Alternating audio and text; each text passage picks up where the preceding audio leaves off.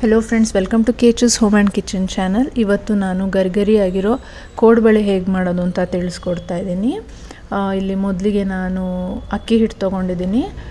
1 cup ಅಷ್ಟು ಅಕ್ಕಿ ಹಿಟ್ಟು, ಹಾಗೇನೇ 1/4 ಕಪ್ ಅಷ್ಟು ಮೈದಾ ಹಿಟ್ಟು ತಗೊಂಡಿದ್ದೀನಿ।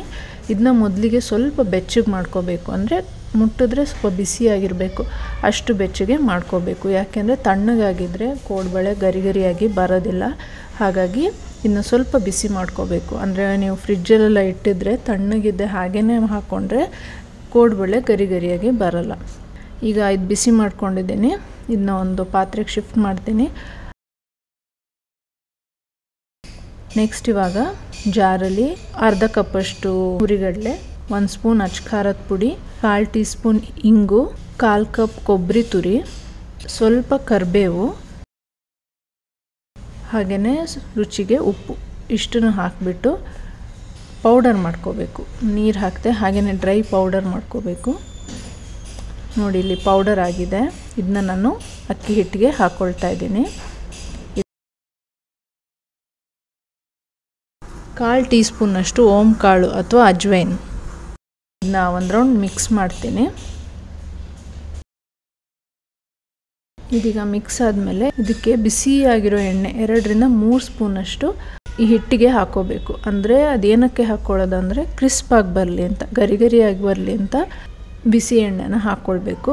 ಈಗ ಚೆನ್ನಾಗಿ ಮಿಕ್ಸ್ ಆದಮೇಲೆ ಬಿಸಿ ಇರುತ್ತೆ, ಸ್ಪೂನೇ ಯೂಸ್ ಮಾಡಿ, ಸಡನ್ನಾಗಿ ಬಿಸಿ ಎಣ್ಣೆ ಹಾಕಿದ ತಕ್ಷಣ ಕೈಯಲ್ಲಿ ಮಿಕ್ಸ್ ಮಾಡೋಕ್ಕೆ ಹೋಗಬೇಡಿ।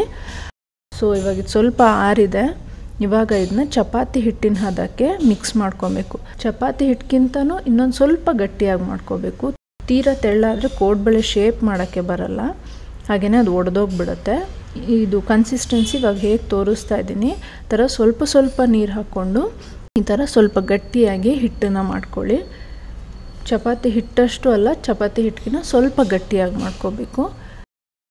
ಇವಾಗ ಇದು ರೆಡಿಯಾಗಿದೆ, ಈಗ ಶೇಪ್ಸ್ ಮಾಡ್ಕೊಳ್ಳೋಣ। ಕೋಡ್ಬಳೆ ಶೇಪ್ಸ್ ಎಲ್ಲ ತುಂಬ ಈಸಿಯಾಗಿ ಮಾಡ್ಕೋಬೋದು, ಇದಕ್ಕೆ ನೀವು ಅಚ್ಚು ಅದು ಚಕ್ಕಲಿ ಮಾಡೋ ಥರ ಎಲ್ಲ ಏನು ಪ್ರಾಸೆಸ್ ಇಲ್ಲ, ಕೈಯಲ್ಲಿನೇ ಹೀಗೆ ಬಳೆ ಥರ ರೌಂಡಾಗಿ ಕೈಯಲ್ಲಿನೇ ಈಸಿಯಾಗಿ ಮಾಡ್ಕೋಬೋದು।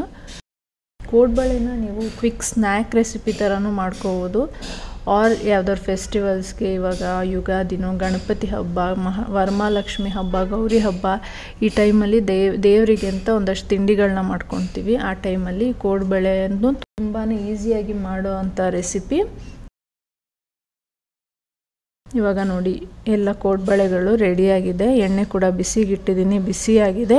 ಇವಾಗ ಇದನ್ನ ಕರಿಯೋಣ, ಒಂದೊಂದಾಗಿ ಕೋಡ್ಬಳೆ ಹಾಕ್ತಾಯಿದ್ದೀನಿ। ಮೇಕ್ ಶ್ಯೂರ್ ಎಣ್ಣೆ ಚೆನ್ನಾಗಿ ಬಿಸಿಯಾಗಿದೆ ಅಂತ, ಇಲ್ಲದಿದ್ದರೆ ಮತ್ತೆ ಕ್ರಿಸ್ಪ್ ಹೊರಟೋಗುತ್ತೆ, ಹಾಗೆಯೇ ನೀಟಾಗಿ ಬೇಯಲ್ಲ ಒಳಗೇನೋ। ಫಸ್ಟು ಸ್ವಲ್ಪ ಹೈ ಫ್ಲೇಮಲ್ಲಿನೇ ಹಾಕಬೇಕಾದ್ರೆ ಹೈ ಫ್ಲೇಮಲ್ಲಿನೇ ಇಡಿ, ಆಮೇಲೆ ಮೀಡಿಯಮ್ ಫ್ಲೇಮಲ್ಲಿ ಇದನ್ನ ಸ್ವಲ್ಪ ಚೆನ್ನಾಗಿ ಕರಿಬೇಕು, ಅಂದರೆ ಒಳಗೆ ಕೂಡ ನೀಟಾಗಿ ಬೇಯಬೇಕು, ಅದಕ್ಕೋಸ್ಕರ। ಇವಾಗ ಸ್ವಲ್ಪ ಮೀಡಿಯಮ್ ಫ್ಲೇಮಲ್ಲಿ ಕರಿತಾ ಇದ್ದೀನಿ, ಒಳಗೆ ಕೂಡ ನೀಟಾಗಿ ಬೇಯಬೇಕು। ನೋಡಿ ಕೋಡ್ಬಳೆ ಈಗ ಕೆಂಪಗಾಗಿದೆ, ರೆಡಿಯಾಗಿದೆ। ಈ ರೆಸಿಪಿ ನಿಮಗೆ ಇಷ್ಟ ಆಗಿದ್ದರೆ ಟ್ರೈ ಮಾಡಿ, ಹೇಗಿತ್ತು ಅಂತ ತಿಳಿಸಿ, ಹಾಗೆಯೇ ಚಾನಲ್ನ ಸಬ್ಸ್ಕ್ರೈಬ್ ಮಾಡಿ। ಮತ್ತೆ ನೆಕ್ಸ್ಟ್ ವಿಡಿಯೋದಲ್ಲಿ ಸಿಗ್ತೀನಿ, ಅಲ್ಲಿವರೆಗೂ ಬಾಯ್।